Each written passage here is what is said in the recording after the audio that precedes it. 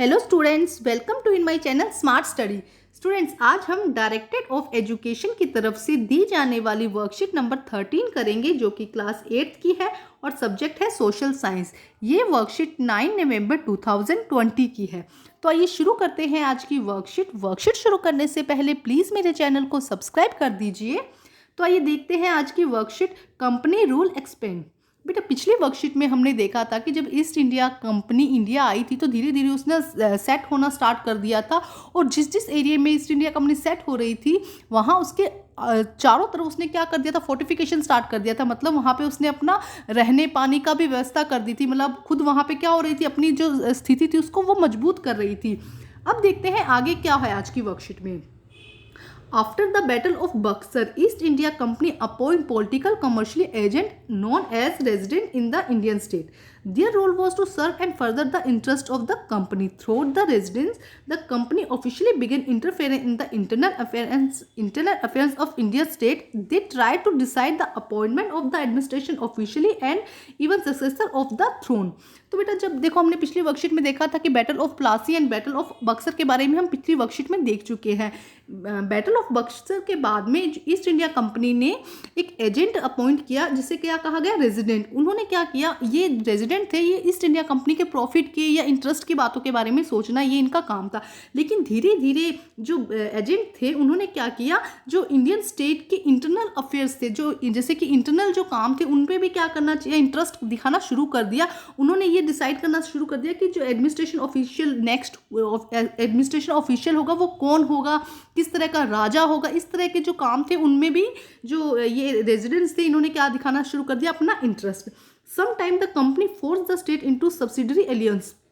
अब धीरे धीरे कंपनी ने क्या किया, अपना जो स्टेट्स जिनके साथ वो अपना सेटअप कर रही थी उन स्टेट्स से भी क्या शुरू कर दिया लेना, सब्सिडरी अलियंस। मतलब कि according to the term this alliance Indian ruler were not allowed to have their independent army force. Indian जो कंपनी थी, इंडियन रूलर्स थे, वो अपनी इंडिपेंडेंट आर्मी को नहीं रख सकते थे। They were to be protected by the company. वो किसके थ्रू प्रोटेक्टेड होंगे, कंपनी के through. But for the ruler had to pay for subsidiary force to the company. इसके लिए कंपनी को कुछ रूलर्स है उन्हें कंपनी को कुछ पे देना पड़ेगा। If the Indian rulers fail to make the payment then part of the territory was taken by the penalty. अगर कंपनी वो जो चार्ज है या जो पेमेंट है वो देने में फेल हो जाते हैं, किसी भी रीज़न से नहीं दे पाती है, तो जो वहाँ का उनके जो पार्ट है, ज़मीन का पार्ट है, जिस एरिया में वो रह रहे हैं उसका कुछ पार्ट एज ए पेनल्टी उनको देना पड़ेगा। For example, Richard Wellesley was the governor general at that time. Nawab of Awadh had to cede half of his province in 1801 when the unable to pay for subsidiary force। Example के तौर पे देखो यहाँ पे बताया गया कि अवध के जो नवाब थे उनको उनसे उनके जो 1801 में क्या किया गया था, उनको अपनी सब्सिडरी अलियंस देना पड़ा था, उनसे ले लिया गया था क्योंकि वो जो पेमेंट थी वो नहीं दे पाए थे। Hyderabad was also force to cede territories of the similarly grounds. इसी तरह हैदराबाद के भी कुछ एरियाज को जो फोर्सफुली ले लिया गया था सब्सिडरी अलियंस के नाम पर। ठीक, देखिए किस तरह से जो कंपनी थी अपने रूल बना रही थी और उनको जो वहाँ के रूलर्स थे उन पे क्या कर रही थी, इम्प्लीमेंट कर रही थी। अब ये तो थी बेटा एक तरह से जो सब्सिडरी, मतलब जो जिसे कहते हैं बैटल थी कि साइड बाई साइड चल रही थी। अब देखिए नेक्स्ट, देखिए डायरेक्ट फॉरेनेशन। देखिए क्या दिया गया बेटा, एक second. Direct confrontations. After gaining strength of earlier year of the company restored the direct military and confirmation when it was a threat to its political and economic interest. This can be understood throughout the following two examples. अब देखो मतलब एक तरफ से तो वो क्या कर रही थी, सब्सिडरी मतलब लड़ाई लड़ रही थी, धीरे धीरे जो ज़मीनें थी उन पे कब्जा कर रही थी। अब कुछ जगह ऐसे थे जहाँ के नवाब या जो राजा थे वो बिल्कुल इसके खिलाफ थे, वो इसमें इंटरेस्ट नहीं थे। तो इसलिए अब जो ईस्ट इंडिया कंपनी थी उसे अपने और मजबूत होना था, उसने क्या कर दिया, सीधी लड़ाई बोल दी। अब सीधी लड़ाई की भी आर या पार, अब तो सीधी ही लड़ना होगा। तो इसके कुछ एग्जाम्पल यहाँ पे दिए गए हैं। तो फर्स्ट है Tipu Sultan of Mysore. Mysore has gain strength under the leadership of ruler like Haider Ali and his son Tipu Sultan. जो मैसूर था उस समय बहुत ताकतवर बेटा बोला जाता, लीडरशिप और एक ताकतवर स्टेट था, जहाँ पे क्या था, जिसके रूलर कौन थे, हैदर अली और Tipu Sultan. Mysore control the profitable trade of Malabar coast where the company purchase pepper and cardamom. क्या कहा जा रहा है, देखो मैसूर के एरिया के जो मैसूर था वो एक प्रॉफिटेबल ट्रेड करता था, व्यापार करता था मालाबार कोस्ट में, जहाँ पे कंपनी क्या परचेज करती थी, पेपर और कैरामडन, इलायची पर पे करती थी, काली मिर्च और इलायची। In 1785, Tipu Sultan stopped to export sandalwood, pepper and cardamom. 1785 के बाद में इन 1785 में टीपू सुल्तान ने सैंडलवुड, पेपर एंड करमाडोन को एक्सपोर्ट करना बंद कर दिया, कंपनी को ये चीज़ें देना बंद कर दी throughout the port of his kingdom. अपने पोर्ट का जो पोर्ट, अपने किंगडम का जो पोर्ट था वहाँ से जितना भी एक्सपोर्ट करना था वो कंपनी को देना बंद कर दिया। Disallow local merchant this trading with company, और जो वहाँ के लोकल मर्चेंट थे उनको भी इस चीज़ के लिए उन्होंने मना कर दिया। He also establish a close relationship with the French in India and modernise his army with their help. अब उन्होंने क्या किया इसके साथ, उन्होंने जो फ्रांसीसी थे, फ्रेंच थे वहाँ के, उनसे भी उन्होंने क्या किया, अच्छा रिलेशनशिप, अपना रिलेशनशिप अच्छा किया, मजबूत किया, और उसके साथ अपनी जो आर्मी थी, अपनी जो सेना थी उनकी, उनको भी मॉडर्नाइज किया उनकी हेल्प के साथ में।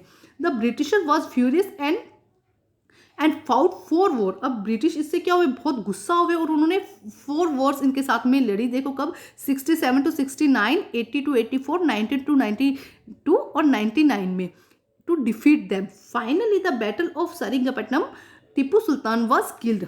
देखो क्या हुआ, 4 बैटल हुई उनके बीच में, फाइनली श्रीरंगपट्टनम जो बैटल थी उसके अंदर क्या हुआ, टीपू सुल्तान किल्ड हो गए, मारे गए। Mysore was placed under the formed ruling dynasty of the वार्डनस्टाइन and the subsidy alliance was imposed on the state. जब फाइनली टीपू सुल्तान की डेथ हो गई तब जो कंपनी थी ईस्ट इंडिया कंपनी, उसने फोर्सफुली जो सब्सिडरी अलाउंस दिया था वो यहाँ पे भी उसने क्या कर दिया, लागू कर दिया। अब देखते हैं, फर्स्ट एग्जाम्पल था, अब सेकेंड देखते हैं। War with the Marathas. From the late 18th century, company also sought the crop of the Maratha and eventually destroy Maratha power. अब कंपनी देखो, मैं यहाँ पे तो सब डिस्ट्रॉय कर चुकी थी, टीपू सुल्तान का पूरा वो हड़प चुकी थी वहाँ पे। अब धीरे धीरे वो मराठा की पावर्स को जानती थी, अब उन्होंने क्या किया, मराठा की पावर को भी डिस्ट्रॉय करने के लिए सोचने लगी। With their defeat in India, third battle of the Panipat in 1761, the Maratha dream to ruling the from Delhi was shattered. अब क्या हुआ, थर्ड बैटल ऑफ पानीपत 1761 के बाद में जो मराठा था वो भी क्या हुआ, शैटर्ड होना शुरू हो गया। दे वर डिवाइड इनटू मैनी स्टेट्स। अब वो क्या हुए, मैनी स्टेट्स में डिवाइड हो गए। देयर डिफरेंट चीफ्स, अब उनके चीफ्स भी जो थे, चीफ दे वो भी क्या थे, सरदार थे, वो भी क्या थे, डिफर थे। Belonging to dynasty such as Scindia, Holkar, Gaikwad and Bhosle. अब उनके जो सरदार थे, जो उनके चीफ थे, वो भी क्या थे, अलग अलग थे। These chief were held together in confederacy under the Peshwa.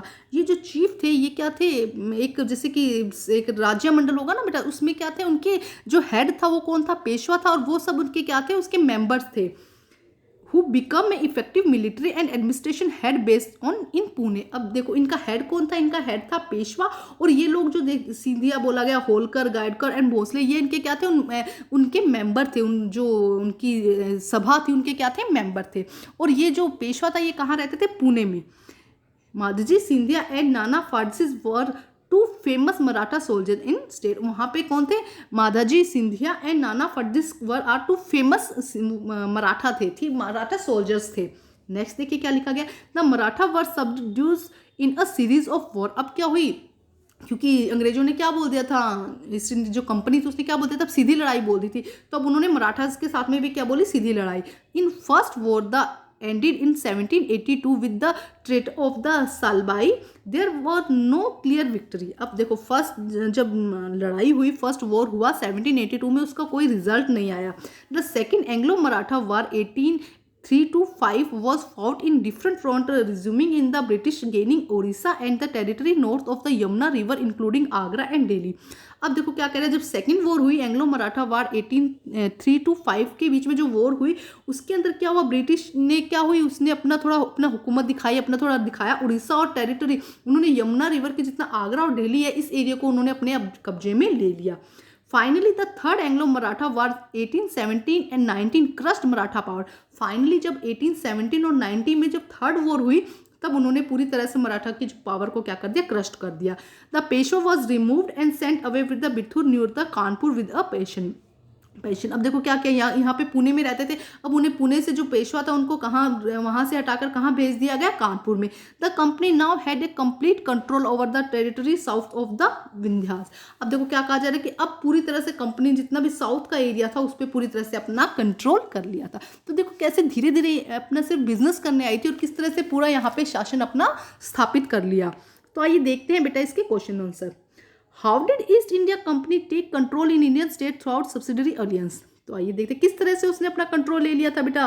देखिए बहुत अच्छे से यहाँ पे आंसर दिया गया है बेटा। देखिए यहाँ से according to the term this alliances Indian ruler were not allowed to have their independent army force, they have to be protected by the company, but that rule had to pay the subsidiary force to company. If the Indian ruler failed to make payment, then part of the territory was taken away as a penalty.